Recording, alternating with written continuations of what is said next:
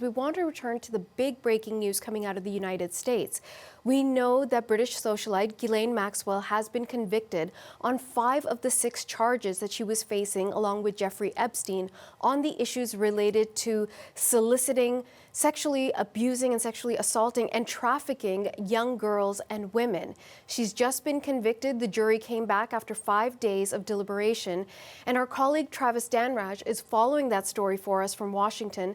So Travis, give us a better sense of what's going on with the verdict. Yeah, hey there, Natasha. So obviously this all just breaking in the past hour or so, and we were, expecting that we could possibly go into the weekend, not have a verdict until next week. Well, it came down late today after 40 hours of deliberation, 6 days. The jury, made up of 6 men and 6 women, found Ghislaine Maxwell guilty on 5 of 6 counts related to the abuse of minors between 1994 and 2004. Some of those guilty charges include conspiracy to entice a minor to travel to engage in illegal sex acts, conspiracy to commit sex trafficking of minors, and sex trafficking of minors. Now, Maxwell is 60 years old, and she will likely face decades in prison. In fact, she could face up to 65 years.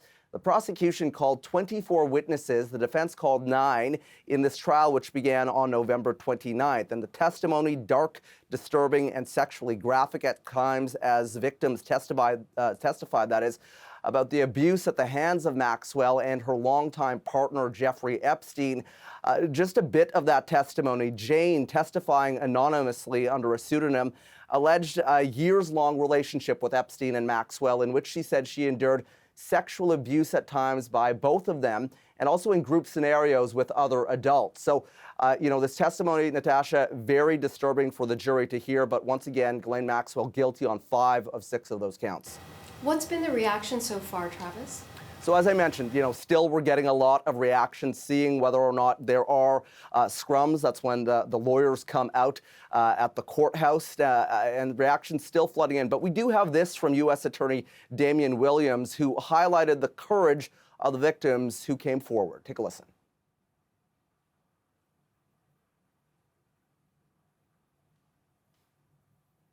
I want to commend the bravery of the girls, now grown women, who stepped out of the shadows and into the courtroom. Their courage and willingness to face their abuser made today's result and this case possible. Now, Maxwell refused to testify during this trial, only telling the judge at one point that the government has not proven its case beyond a reasonable doubt. Her defense argued it was Epstein that was the abuser, and that since his death, Maxwell had been used as a scapegoat. Again, Ghislaine Maxwell could face 65 years in prison, Natasha. Washington, thanks so much, Travis. Thank you. Okay, let's continue this conversation with Lisa Bloom. She has represented 8 of Jeffrey Epstein's victims in the past, and one of whom has also got claims against Ghislaine Maxwell. Lisa Bloom joins us from Los Angeles. Thank you so much for joining us. Thank you for having me. Lisa, what do you think is the significance of Ghislaine Maxwell being found guilty on 5 of the 6 charges? It is incredibly moving and inspiring to my clients who suffered so much at the hands of Jeffrey Epstein that at last we have a criminal conviction. We have a convicted sex trafficker now in the person of Ghislaine Maxwell.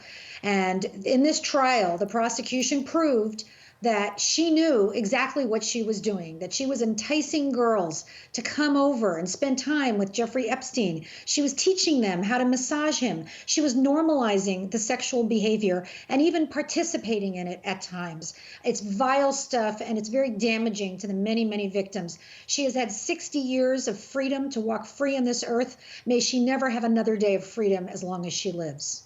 Well, that's altogether possible because she's facing many, many years in prison. It could be as much as 40 years in prison, so her life might end in those confines. Do you think that that's what we're going to see?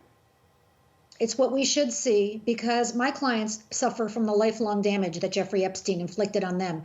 The problems in their relationships, their sexuality, their careers, their ability to function, suffering from post-traumatic stress, some of them suicidal after being sexually abused. I mean, it's just devastating what was done. And she knew year after year after year, because this went on for a long time, exactly what she was doing. And she continued to deliver girls up to him. And the prosecution said she did it. Why? Because she got to live an incredibly wealthy and lavish lifestyle. I mean, it's just the most disgusting of reasons. So I hope she never walks free again, and that's how my clients feel as well. Lisa, let's take a step back, because I think for several years now we've been mired in the news of the day, that there are these victims coming forward, that Jeffrey Epstein is arrested and charged and then dies in prison, and then now Ghislaine Maxwell has been found guilty. So the story exists in the present, but as you said, it's been going on for years. To the best of your knowledge, what was this relationship between Epstein and Maxwell, and what were they doing to these young women? So beginning in the 1990s, the testimony was that Jeffrey Epstein and Ghislaine Maxwell seemed to have a boyfriend-girlfriend relationship. Eventually that relationship cooled, but she continued to work for him and to be a close friend of his, running 4 very wealthy homes, including an entire private island, a 10,000-acre estate in New Mexico, beautiful homes in New York and Paris. They had 3 jets. And what she did specifically was, for example, the first victim, Jane, who testified, was 14 years old. She was at a summer camp for kids who like drama and theater. And Ghislaine and Jeffrey approached her and befriended her and ultimately lured her over to their home, where she was sexually abused by Jeffrey Epstein. And that's similar to the stories that the other 3 told. And they said they would never have done it if Ghislaine Maxwell wasn't there. They wouldn't have gone to the home of a middle-aged man who was by himself. But because she was a woman, she seemed to be his wife or girlfriend, it seemed safer. Right? And that's kind of a common sense thing. I mean, who would think this young woman would be delivering up girls to her boyfriend for sexual abuse? But indeed, that is what happened. That's what the jury found. She's now convicted of 5 felonies, all of which center around sex trafficking and conspiring to sex traffic. Let's talk about that gender-related issue with Ghislaine Maxwell being the woman in the middle of these scenes. And, you know, Jeffrey Epstein will not face justice.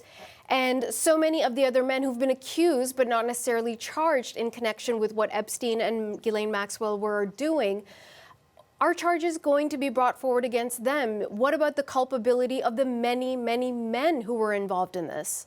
That's a very good question and an important question. So let's talk about Prince Andrew.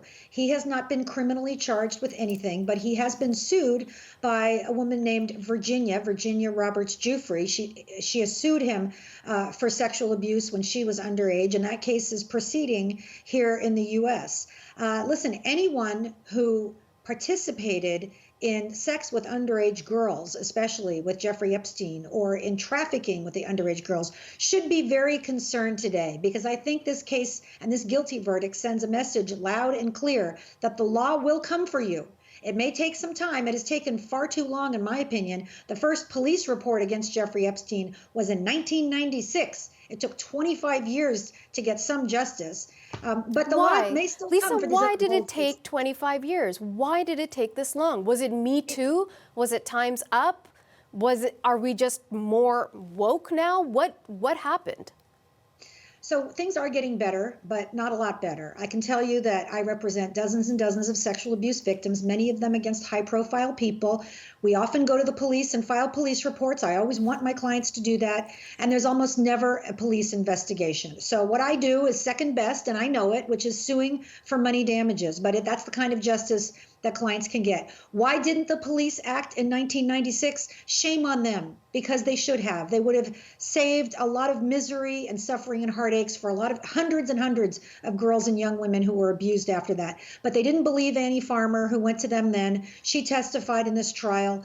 She's been pursuing this for 25 years, and it took this long to get justice. Can Maxwell and will Maxwell try to appeal this decision? Oh, I'm sure she will. She seems to have money. She has excellent attorneys who cross-examined all 4 of the accusers and who, went over every bit of evidence and did everything they could to help her. So I'm sure that they will file an appeal. But it's hard to get these cases reversed on appeal. So I'm not too concerned about that. And I think this judge was very fair and very careful in her rulings. So what should we be watching for in the days, weeks, months, and years ahead when it comes to these types of cases? Well, I think we should watch for other high-profile men who have gotten away with this for a long time to take a fall, to face justice, and also anybody like Ghislaine Maxwell who actively assisted. I mean, remember, this wasn't just one day or 1 week where maybe she made some mistakes. I mean, this was year after year after year where she knew exactly what she was doing. So anybody who's in that position, I think, definitely should be brought to justice. And I want to say one more quick thing that's very important. Accusers do not have to be perfect to testify. None of us is perfect. These accusers testified that they had been drug abusers. They had sold sex for money. They had inconsistent statements they'd made in the past. You know, they had problems in their lives, as sexual abuse victims do. Nevertheless, they were believed. And I want everybody out there who's a sexual abuse accuser to know that and understand that you can still get justice. Okay, Lisa Bloom, we will leave it there, and we want to thank you so much for your time today. Thank you. Lisa Bloom joining us from Los Angeles.